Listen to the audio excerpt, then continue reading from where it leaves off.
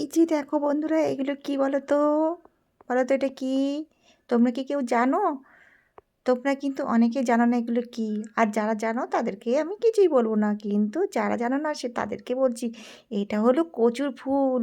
আর এই কচুর ফুল ভাজা খেতে যে কি দারুণ লাগে কি বলবো। তো চলো বন্ধুরা, এই দেখো কচুর ফুল কিভাবে কাটতে হয় একটু দেখে নাও।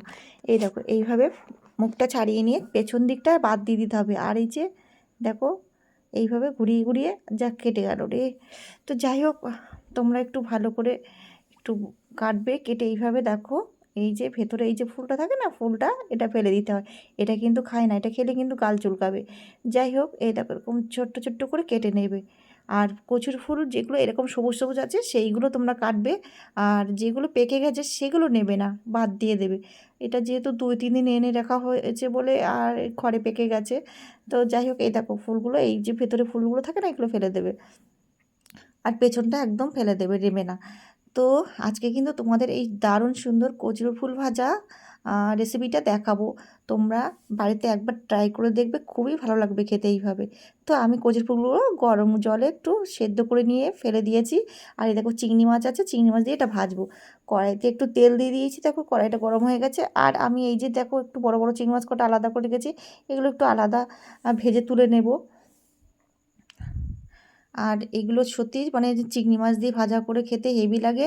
আর যদি ইলিশ মাছের মাথা, এখন তো ইলিশ মাছের সিজন, তো ইলিশ মাছের মাথা দিয়েও তোমরা এই রেসিপিটা বানাতে পারো, তবে একটু সেটা আলাদাভাবে বানাতে হবে ইলিশ মাছের মাথা দিয়ে। আর চিংড়ি মাছ দিয়ে যেটা আমি এটা ভাজবো সেটা এইভাবে করবে তোমরা। এই যে তারপরে কড়াইতে দেখো তেল দিয়ে ছোটো ছোটো চিংড়ি মাছগুলো দিয়ে দিয়েছি। এটা যতক্ষণ চিংড়ি মাছের জল থাকবে ততক্ষণ দেওয়া যাবে না, চিংড়ি মাছের জলটা একদম ভালো করে মেরে নিয়ে তারপরে এই যে দেখো কচুর ফুলগুলো আমি দিয়ে দিয়েছি। দিয়ে বেশ ভালো করে এটা নাড়াচাড়া করে নিতে হবে। যেহেতু কচুর ফুলটা এটা সেদ্ধ করেছি বলে কড়াইটা একটু চার সাইডে পুড়ে পুড়ে গেছে। যাই হোক, পরে পরিষ্কার করে নেব, অসুবিধা নেই।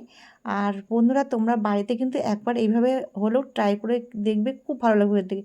এই যে জলটা থাকলে মেরে নেবে, দেখো একদম জল রাখা চলবে না। তো দেখো এইরকমভাবে একটু ভাজা ভাজা করে নিয়েছি, নিয়ে এটা আমি নামিয়ে নেব। নামিয়ে নিয়ে তারপরে আমি আসছি কড়াটা ধুয়ে নিয়ে। চলো দেখতে থাকো, পুরোটাই কিন্তু দেখবে। এই দেখো কড়াইটা পরিষ্কার করে ধুয়ে নিয়েছি, নিয়ে তারপরে আমি এর মধ্যে আবার তেল দিয়েছি। তেল দিলে তেলটা গরম হয়ে গেলে এই যে দেখো আমি শুকনো লঙ্কা ফোড়ন দিয়েছি কয়েকটা। তারপরে পেঁয়াজ কুচিগুলো দিয়ে দিয়েছি। দেওয়ার পরে এটাকে বেশ একটু নাড়াচাড়া করে নেবো কিছুক্ষণ। আর এর মধ্যে আমি অ্যাড করব রসুন।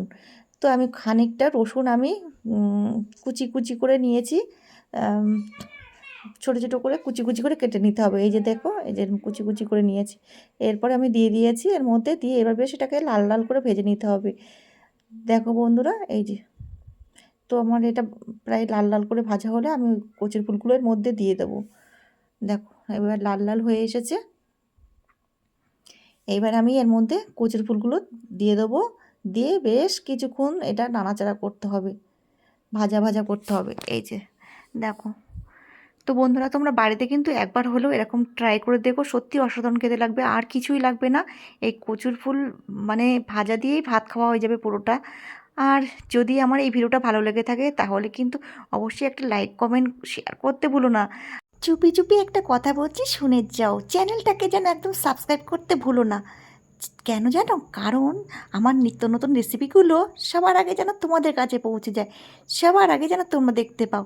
আর আমার এই রেসিপিটা পুরো রেডি হয়ে গেছে, কেমন হয়েছে কমেন্ট করতে কিন্তু ভুলো না।